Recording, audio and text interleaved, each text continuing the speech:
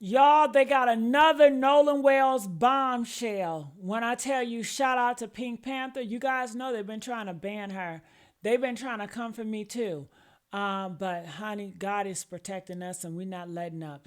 Guess what? She got more evidence. She found more video footage that is going to blow this case open. You guys know she's always digging. People are always sending her stuff. So I want you guys to listen to what she has to say. And I want to know your thoughts about this. Do you think this is the nail in the coffin? Earlier, we heard about Nancy Grace in a witness said that Nolan Wells, he was planted on the sand.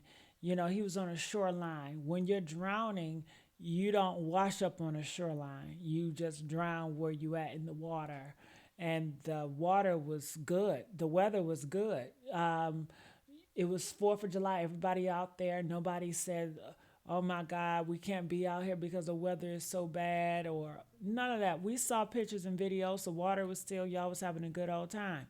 And then the body was not there for 2 days, and then the body was just placed there. Yeah, something's going on. And then the mark in the back of his head. Well, let me tell you, Pink Panda got some more stuff. I want you guys to listen to what she got to say and tell me what your thoughts. Check it out. I'm sure by now many of you have seen the picture that I posted yesterday with a mysterious red watered down liquid dripping down the side of the boat. Now, none of us can definitively say what this is, but it's clear to me that some people have never gone fishing in their entire life. Because those people trying to argue and say that the color is off, that it's too light, don't seem to get that fishing boats are specifically coated with something that makes things wash off of it, makes things thin, makes it easy to get things like fish guts out. But fine, if that's not enough for you, I'll keep going, because this TikToker literally over a month ago thought that they spotted this on the side of the boat. Now they noticed those drips, and full disclosure, they did run it through like a AI cleanup thing, and this was the result of that. And even when you go back and look at the older versions of this video, as the angle changes, you can see those drippy marks. But I even took this picture of Warren on the Triton with his fish just so I can show you what it does look like on the side of the boat when there is a red fluid.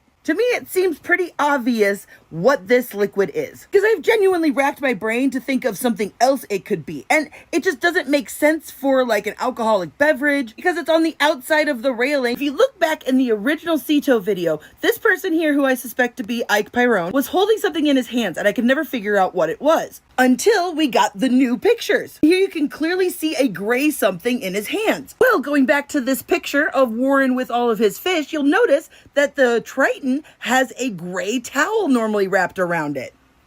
Oh, why would they need a towel if they're in the middle of sinking, unless they're trying to clean something up? I also noticed something in this much clearer raw shot of the Cito picture right here. We see something dark reddish here and like lighter red over here. Now, I have no idea what that is. It could be a towel. It could be a swimsuit cover-up. I did notice, however, it looked like somebody took a tool and like colored right here. What I do know is if you look at the original Cito pictures and videos, there's nothing seemingly red here. But it does look like, however, is somebody's leg extending way too far into the console here. But again, can't say one way or the other what it is in the background there. What I can say, however, is remember when I said that the AI felt like it was being used on the Cito video to obscure the identities of the girls? Well, I was at least half right on this, because this is a third girl. This is not the girl in the blue swimsuit that we've been seeing before. How do I know? Well, by now we've all seen this picture, this video 1,000 times, right?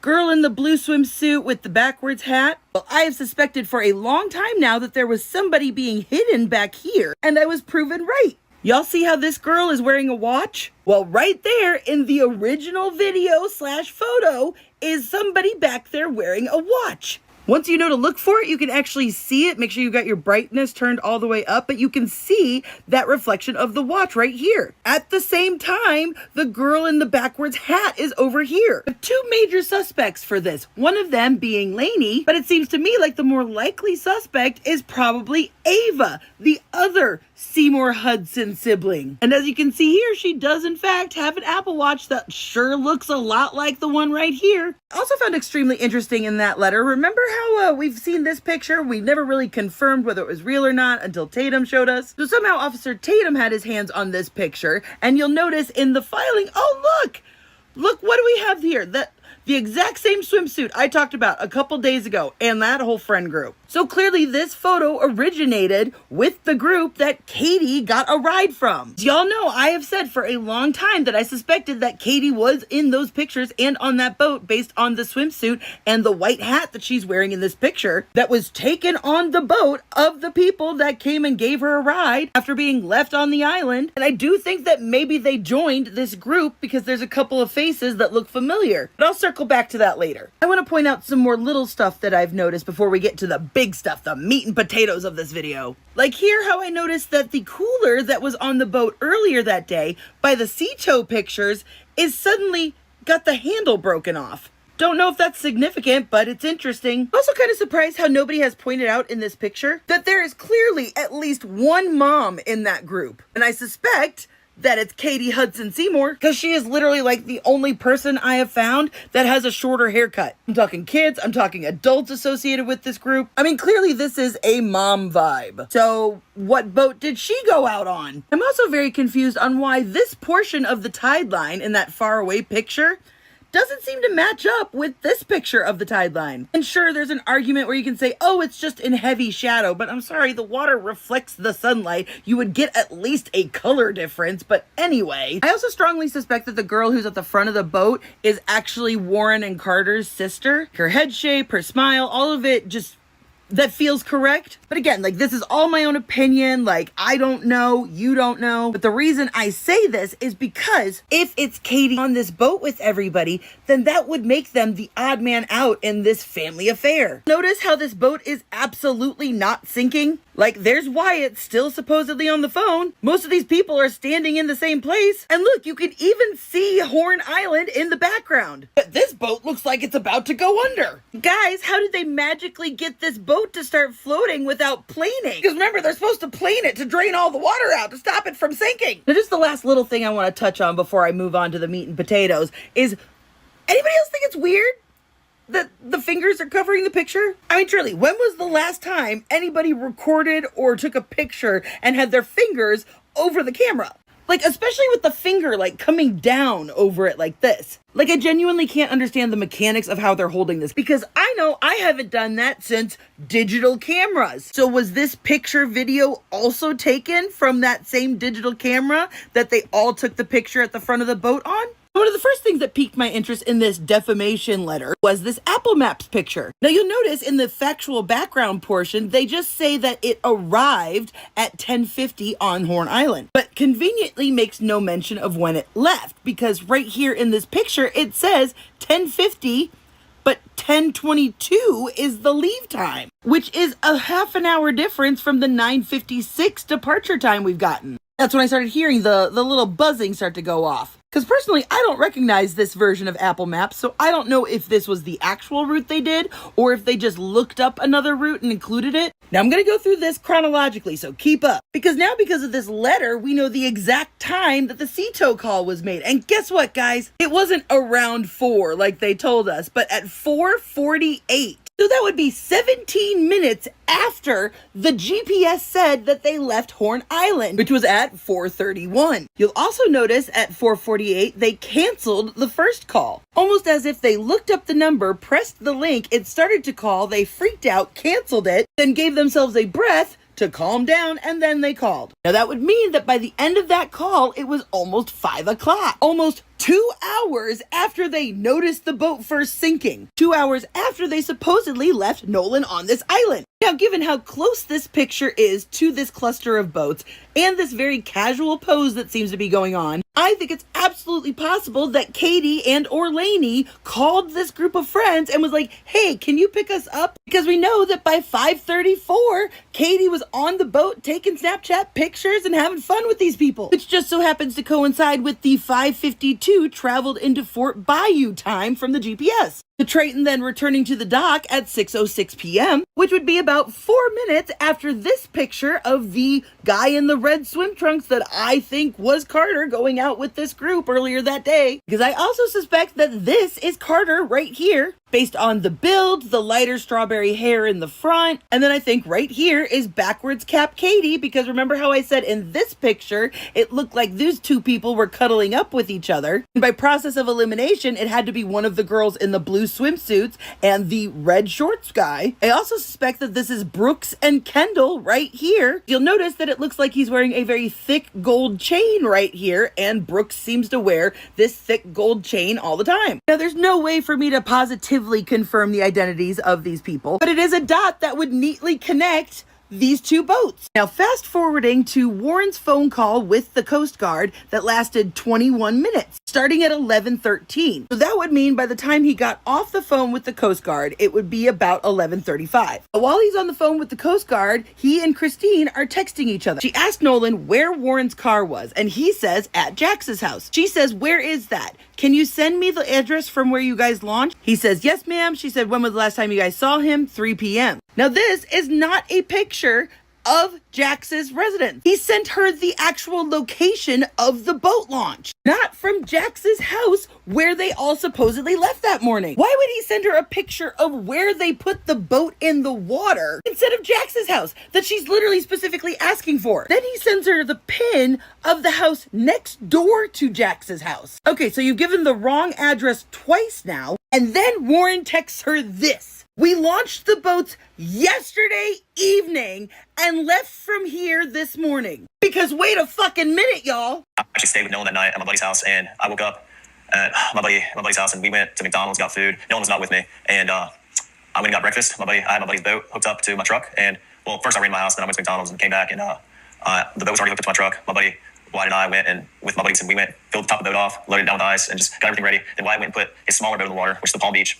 He's 18-foot Palm Beach, and I drove the boat from 4x boat launch to my buddy's grandparents' house. No wonder he was stuttering all over that story. It was a fucking lie. Because you trying to tell me that the day of all of this, he didn't remember when they put the boats in? He had a whole story about McDonald's and getting the ice and everything. But this means that they put all of those boats in the water the night before, and then everybody came over and had a sleepover party with 10, 15 people. Let's face it was probably just a regular party. Now, I know you've thought it, I've thought it. A lot of us aren't even sure that Nolan ended up at Horn Island at all, which would explain all of the weird Photoshoppy pictures that we're talking about. Now, if it wasn't for Javon and the coach, I know all of us would be like, did something happen the night before all of this? Because why lie? Why lie about what time you put the boats in the water? Now, after the 20-minute call with the Coast Guard, he then calls Christine back for about a minute. Then at 12:25, Warren gets a phone call from somebody from the Coast Guard that lasts only 2 minutes. So a whole hour has gone in between these calls.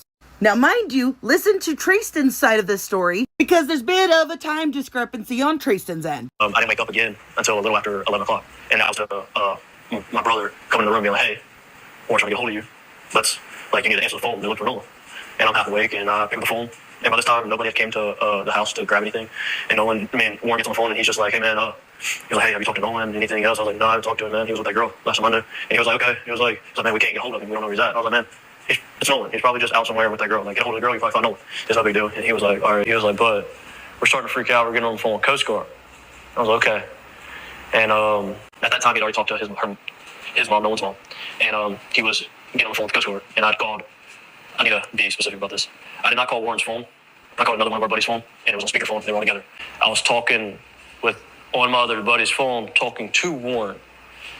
He was dialing Coast Guard because he hung up the phone and was like, "Hey, this is bye." So Trayston says he gets the phone call a little after 11. Trayston's all like, "Oh, I don't know where she is." Even though he's friends with Katie. Like, he keeps calling her that girl, but they were friends. Katie and his sister ran in the same friend group. Mind you, he said that he had already talked to Christine at that point, but Warren told Christine that nobody could find Katie. So they didn't actually talk to Trayston or anybody else about this Katie girl before telling the mom that they couldn't find her. Then you'll notice in that story, he said that they were on the phone with the Coast Guard, and then he was like, oh, they're calling, I gotta go, hanging up. But we now know that that second call, that I've gotta go, they're calling, happened at 12:30. So none of Trayston's story there is making sense. According to the very, very, very first MDR report, dispatch sent a call from Christine to Lieutenant Patrick Caron advising the dispatch of a caller reporting a missing male. So if Warren had called the Coast Guard by that point, spoke to them for 20 minutes,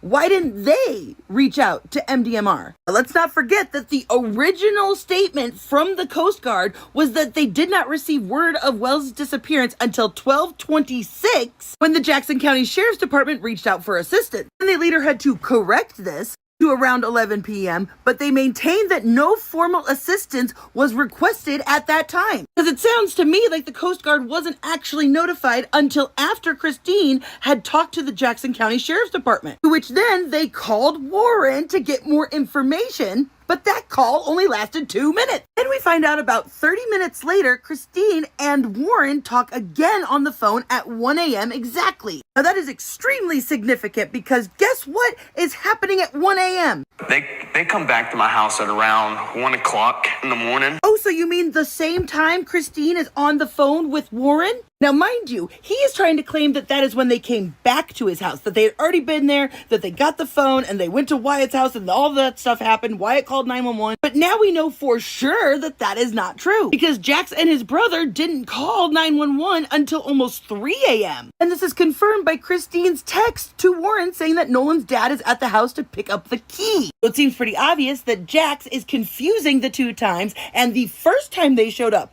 was at 1 a.m. They found out where Wyatt's boat was, they went to that house, Wyatt called 911 on them there, and then they came back, just his father, at about 2:30, an hour and a half later. Which lines up with the Jackson County Sheriff's Office talking to the friends who were on the boat with Nolan that day and reporting back at 1:38. And yet Odom says here that based on the information provided, they don't think Nolan's in any trouble. They don't need Coast Guard, they don't need to search for him. He's probably just chilling at some chick's house. They even say here that Warren agreed to talk to a deputy or investigator, but for some reason talk to them on another friend's phone. Something tells me they more or less had the attitude of, it's just our friend's mom being a little overprotective. I'm sure he's fine. Oh my God, I was going to talk about something else, but I think I just figured something out in real time. I'll save that for another video because I was going over the GPS again, right? Now we all know that something has been fishy with these GPS coordinates for a while. Especially considering that the GPS doesn't seem to stop moving for a very long time, going at a constant slowish speed for 2.5 miles. At no point do they ever mention the stopping, the calling the CTOW, all of that stuff.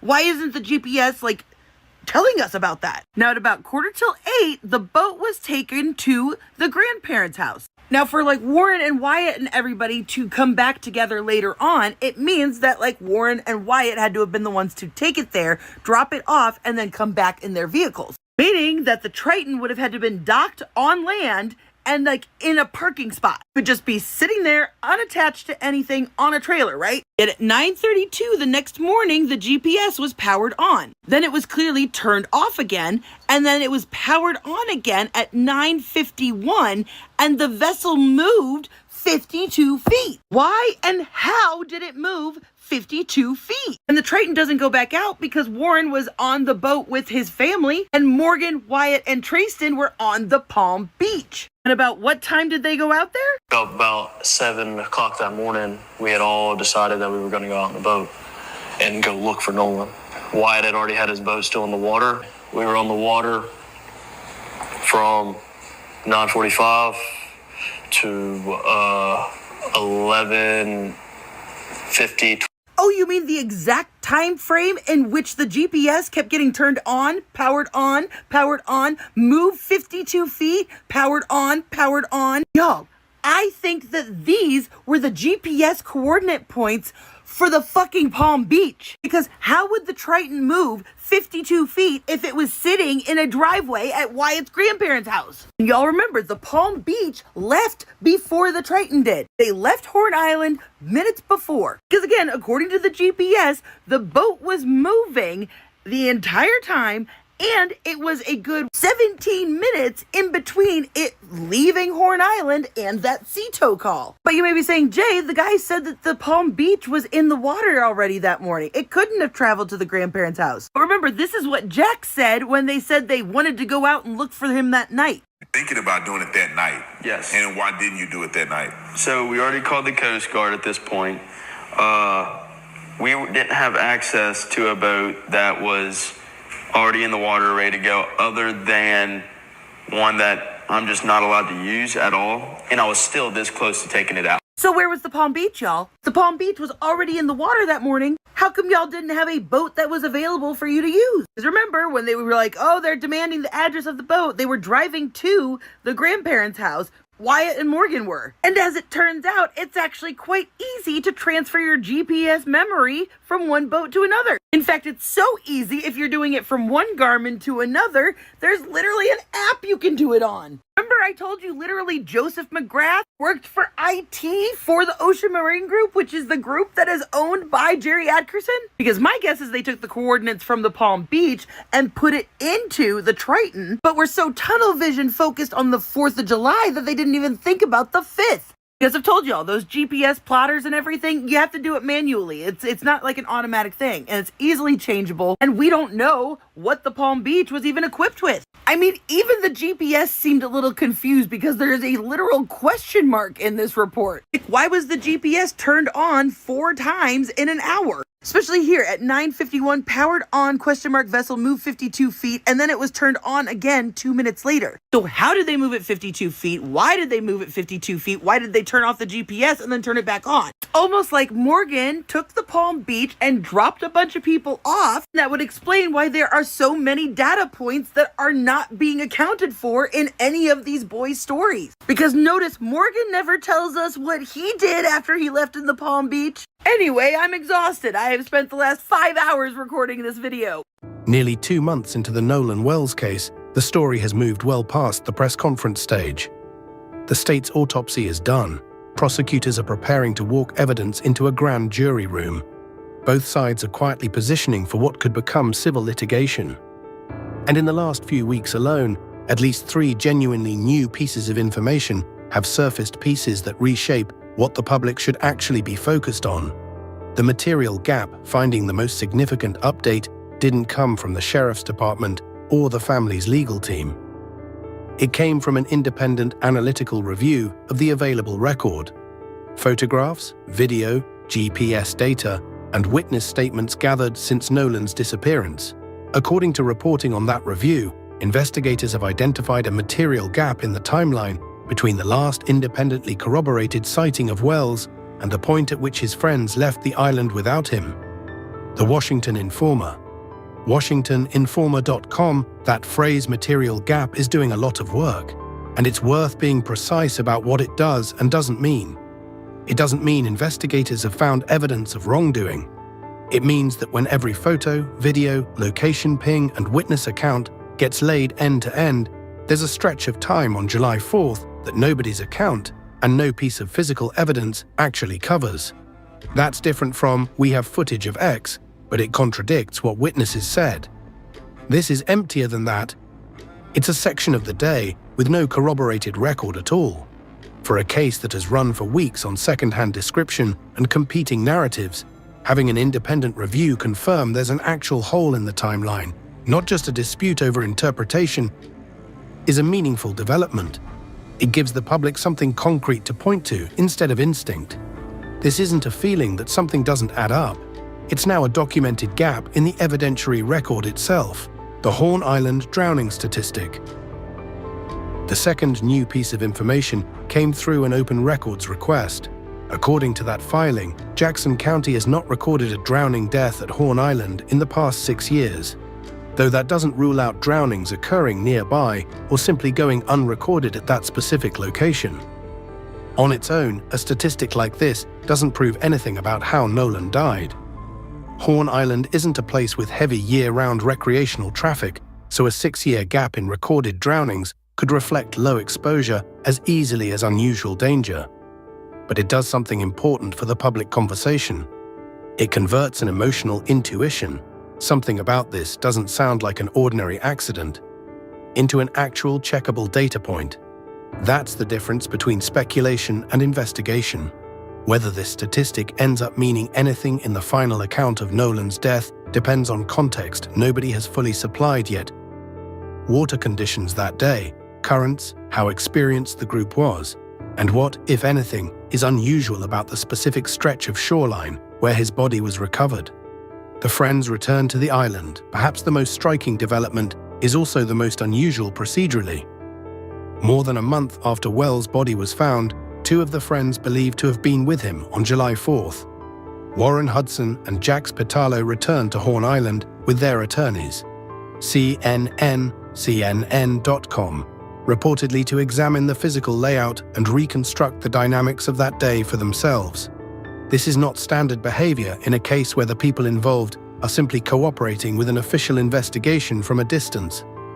Returning to the scene, accompanied by legal counsel, to conduct what's been described as an unofficial review of the island's layout, suggests the friends and their attorneys feel they need their own independent record of the physical space separate from whatever the sheriff's department or the family's team has compiled. That's worth sitting with. It can be read two ways. It could reflect a defensive posture, people trying to get ahead of a narrative they feel is turning against them, building their own account of the terrain before someone else's version becomes the official one. Or it could reflect genuine confusion on their part about how the sequence of events actually unfolded, and a desire to reconstruct it honestly. Without knowing what they found or documented on that visit, it's not possible to say which explanation fits, but the fact that it happened at all is new information the public didn't have before, and it tells you the friend's side of this story is not simply sitting still. The defamation threat aimed at Al Sharpton separately. Tracking on this case indicates that 3 of Nolan Wells' friends have threatened a defamation lawsuit against Reverend Al Sharpton, demanding he retract statements within 10 days, a demand Sharpton has publicly said he has no intention of honoring. Comedicmind.com. This mirrors the defamation threat aimed at Crump and the family that surfaced back at the Nashville press conference. But it's notable that it's now coming from the other direction, from people connected to the friend group, rather than from outside critics of the family's advocacy. That's a meaningful shift in how this case is being fought. Legal threats are no longer only flowing toward the family and their allies.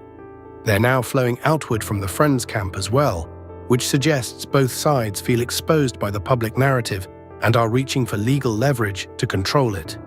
Where that leaves things put together, these developments don't resolve the central question of how Nolan Wells died.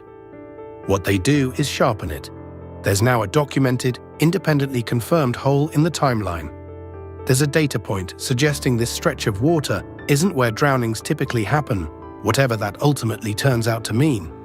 There's a friend group actively working to build its own account of the physical scene, weeks after the fact. And there are legal threats now moving in multiple directions, from multiple parties, all trying to shape how this story gets told before the grand jury ever convenes. None of that is proof of anything. But it is unmistakably new, and it's exactly the kind of granular, verifiable development that should be